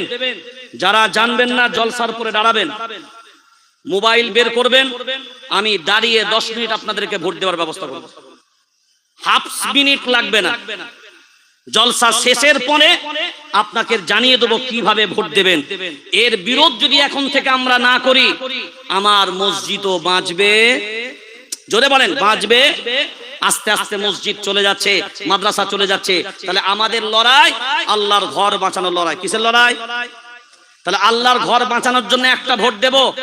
আপনার মেয়ের ফোন আছে, ওখান থেকে একটা ভোট দেন। আপনার স্ত্রীর ফোন আছে, ওখান থেকে একটা ভোট দেন। আপনার আছে, ওখান থেকে একটা ভোট দেন। আপনার আত্মীয় স্বজন রিলেটিভ যার যেখানে আছে, যে যেখানে পারবেন সেখানে ভোট দেন। প্রয়োজন পড়লে আপনারা আমার তত্ত্বাবধানে প্রায় পশ্চিম বাংলায় আমি 22টা হোয়াটসঅ্যাপ গ্রুপ চালাই, যেখানে শত শত উলামায়ে কেরাম, বুদ্ধিজীবী, আইনজীবী, সব স্তরের মানুষ আছে। আমাদের সবার সাথে সম্পর্ক রেখে চলতে হয়। হিন্দু, মুসলিম, খ্রিস্টান, জৈন, বুদ্ধ না, আমরা সবাই ভারতীয়। আমরা সবাই ভারতীয়। আপনি আপনার ধর্ম স্বাধীনভাবে পালন করুন, কিন্তু মুসলমান জীবন থাকতে আজ ভোট দিয়ে এর প্রতিবাদের প্রয়োজন হয়েছে, ভোট দিয়ে করব। যদি পথে নেমে, রাস্তায় নেমে যদি প্রতিবাদের প্রয়োজন হয়, ইনশাআল্লাহ ঘরে শুয়ে থাকবো। বলেন ইনশাআল্লাহ। কোথায় থাকবো? কোথায়? ময়দানে নামতে পারবো? নামতে পারবো। হ্যাঁ, জীবন তো একটাই। যদি আল্লাহর ঘর বাঁচানোর জন্যও যদি পুলিশের গুলির মোকাবেলা করতে হয়, তো ইনশাআল্লাহ প্রস্তুত থাকবো। কথা বলে প্রস্তুত থাকবো। সব শক্তি দিয়ে হলেও আল্লাহর ঘর একটা বাবরি নিয়ে ফেলেছো, আমরা আমাদের সার্বিক শক্তি দিয়ে এবার চেষ্টা করব প্রত্যেকটা ঘর বাঁচানোর। এবার আপনাকে কিছু গাইডলাইন প্রথমে শুনে নেন। মসজিদের উন্নয়ন কল্পী আপনাদের জলসা, তাই তো? এটা আপনারা সবাই জানেন। কিসের জন্য? মসজিদ উন্নতি যাতে হয়। মসজিদ থাকলে তবে তো উন্নতি হবে। কি বলে?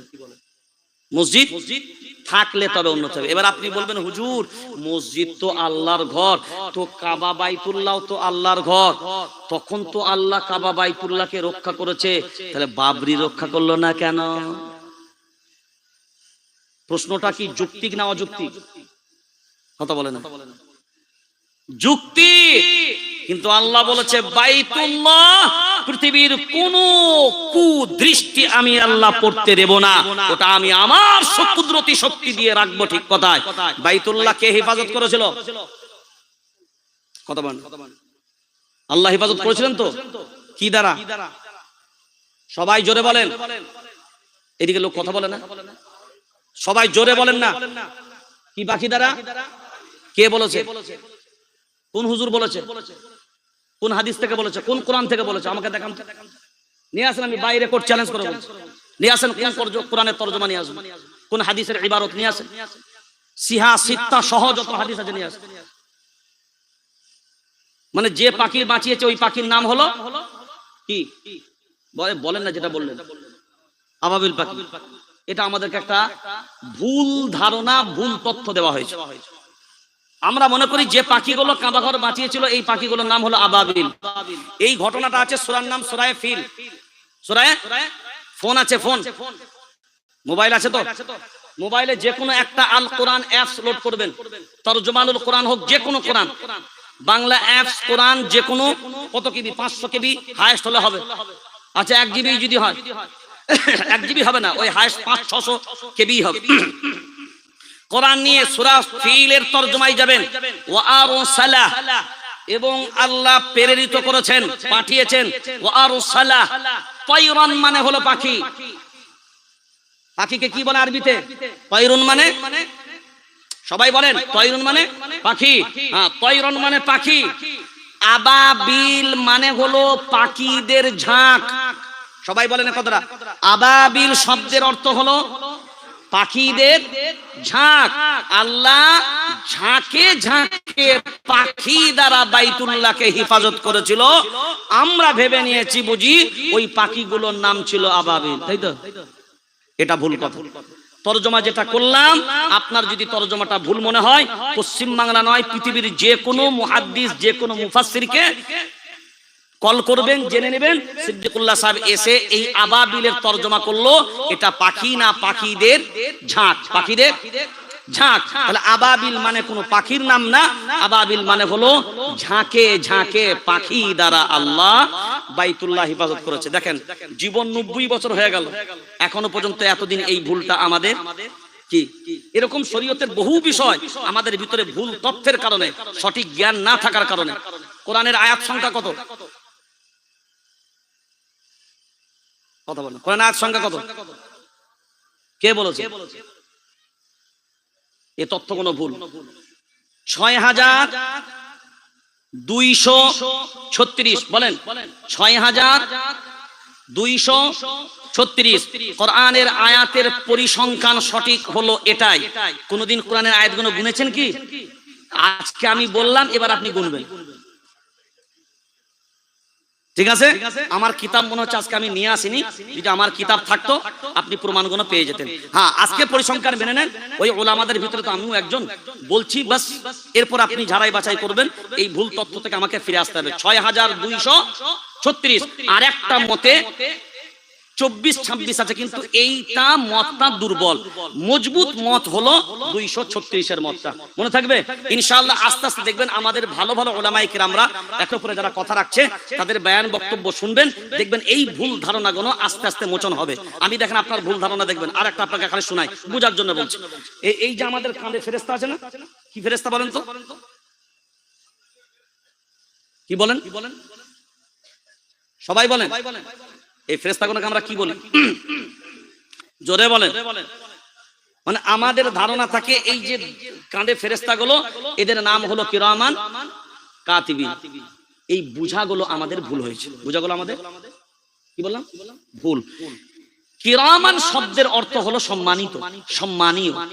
আর কাতিবিনের অর্থ হলো লিখক। কাতিবিনের অর্থ, তাহলে দুটো নামের অর্থ দুরকম। এখন বলেন কারণ নাম হলো এটা, যিনি লিখেন তাকে কাতিব বলে। এই দুইজন ফেরেশতাই কিন্তু নেকি আর গুনাহ লিখেন, লেখার জন্য তারা কাতিব। আর যেহেতু তারা ফেরেশতা, সে গুনাহ লিখুক আর নেকি লিখুক, সম্মান তাদের আছে না নাই? তাই তারা হলো কিরামান, এদের সম্মানিত ফেরেশতা। আমরা মনে করি ডান দিকের ফেরেশতাটার নাম কিরামান আর বাম দিকেরটার নাম কাতিবিন। তাফসীরে আমরা যে সমস্ত কিতাবগুলো আমরা পড়ি, গভীরভাবে তাফসীরগুলো যদি আমরা করি, তখন এর তাৎপর্য বুঝতে পারবো। একটা ফেরেশতার নাম হলো রাকিব। সবাই বলেন। দুই ফেরেশতার মধ্যে একটা ফেরেশতার নাম রাকিব। র জাবার র, কফ ইয়াজের কি, বা সাকিন করেন, রাকিব। আর একটা ফেরেশতার নাম হলো আতীদ। আইন তা ইয়া দাল, আতীদ। কিরামান কাতিবিন ফেরেশতার নাম নয়, তারা সম্মানিত লিখক। এদের নাম হলো, একজনের নাম রাকিব, একজনের নাম আতীদ।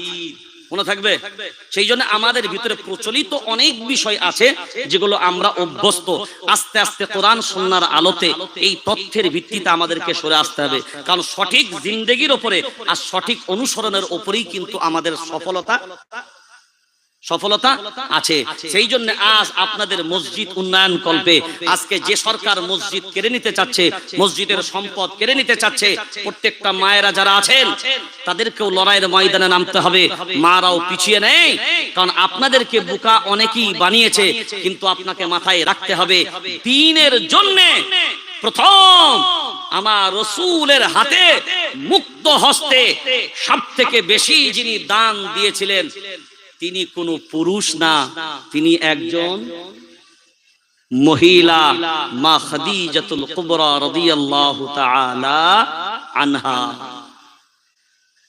দ্বীনের জন্য সর্বপ্রথম যিনি রক্ত দিয়ে শাহাদাত বরণ করেছিলেন, তিনি কোনো পুরুষ না, তার নাম হলো একজন, বলেন মহিলা। আল্লাহর নবী নবুয়াত পেয়েছেন, সর্বপ্রথম এই নবুয়াতটা গ্রহণ করেছেন যিনি, তিনি কোনো পুরুষ না, তিনি হলেন একজন মা, তিনি হলেন খাদিজাতুল কুবরা রাদিয়াল্লাহু তাআলা আনহা। সেই জন্য আপনাকে বলবো বিনয়ের সাথে, আপনাদের ঘর, আল্লাহর ঘর মসজিদ, প্রায় 2 তলার ছাদের বহু কাজ বাকি, যেই কাজটা সম্পন্ন করা আমাদের নৈতিক দায়িত্ব। কিন্তু আপনাদের মসজিদের কমিটি তো আমি জানি না, রেজিস্টার আছে মসজিদ, এটা রেকর্ডভুক্ত মসজিদ। যারা কমিটির লোক এখানে আছেন বা অন্য এলাকারও যদি কোনো মানুষ এসে থাকেন, যেটা বলছি খুব গুরুত্ব দিয়ে, উকিলের কাছে গিয়ে পরামর্শ করলে তাকে পয়সা দিয়ে ভিজিট দিয়ে কনফারেন্স করতে হবে।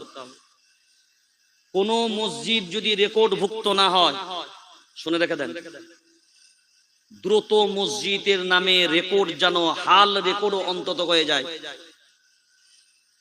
যদি রেকর্ড না হয়, এই মসজিদ কিন্তু আপনি আপনার তত্ত্বাবধানে রাখতে পারবেন না। সরকারের রেজিস্টারে যখন দেখবে এ তো মসজিদের রেকর্ডভুক্তই নয়, অর্থাৎ এটা কোনো মসজিদ, এটা কোনো মসজিদ।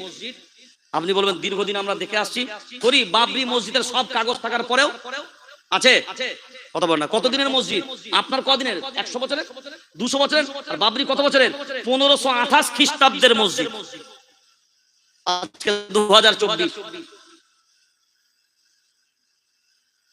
যারা মসজিদ কমিটি আছেন, ইমিডিয়েটলি সব কিছু বাদ দিয়ে কাজ পরে হবে, আজ নতুবা কাল হবে, প্রথম কাজ হবে মসজিদকে রেজিস্টার করা।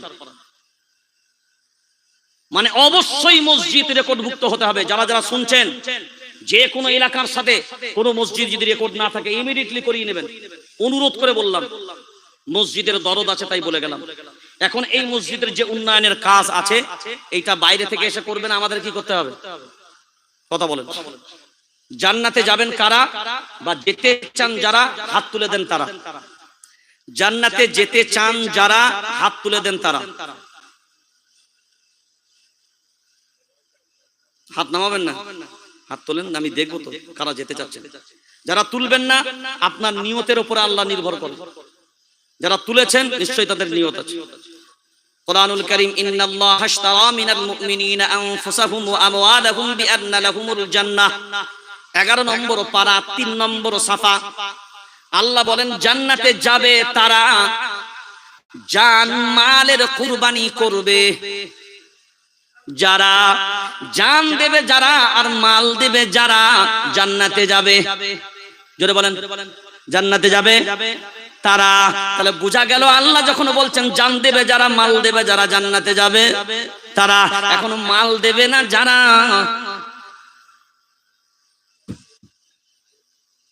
কথা বলে না, মাল দেবে না যারা। আর একটা আয়াত শুনে নেন, সূরার নাম সূরা তাওবা, 10 নম্বর পারা, সাফা নাম্বার 8। ইন্নামা ইয়া'মুরু মাসাজিদাল্লাহি মান আমানা বিল্লাহি ওয়াল ইয়াউমিল আখির ওয়া আকামাস সালাহ ওয়া আতাজ যাকাহ ওয়া লাম ইয়াখশা ইল্লাল্লাহ। আল্লাহ জানিয়ে দিলেন, শুনে রেখে দাও, মসজিদ আবাদকারী হবে তারা, ঈমানওয়ালা হবে যারা, পরকালের বিশ্বাসী হবে যারা, নামাজ প্রতিষ্ঠিত করবে যারা, যাকাত আদায় করবে যারা, ওয়ালাম ইয়াখশা ইল্লাল্লাহ, আল্লাহ ছাড়া কাউকেই ভয় করবে না যারা। মসজিদ রক্ষণাবেক্ষণের দায়িত্ব নেবে তারা। এখন বিবেক দিয়ে বলেন, এই মসজিদ রক্ষণাবেক্ষণ করতে গেলে বর্তমান সময়ে 2 তলার ছাদের যে কাজগুলো রয়েছে, নিচের ফ্লোরের যে কাজগুলো রয়েছে, এই কাজগুলো করার জন্য আমরা সবাই তৈরি আছি না নাই? আছি ইনশাআল্লাহ। কত টাকা আপনারা শুরুয়াত করতে পারবেন? খুব বেশিক্ষণ নাই, কালেকশন 10 মিনিট, দিল থেকে যেটা দিবেন সেটাই। আপনাকে জোর করে নেব না, কারণ দান জোর করে দর করে চলে না। নিজের ইচ্ছায় আপনি বলেন, সেটাই হবে আলহামদুলিল্লাহ। 1001 টাকা লিখছেন তো? হ্যাঁ লেখেন, বলেন ভাই আজকে মসজিদ বাঁচানোর লড়াই, আজকে মসজিদ আল্লাহর ঘর বাঁচানোর লড়াই।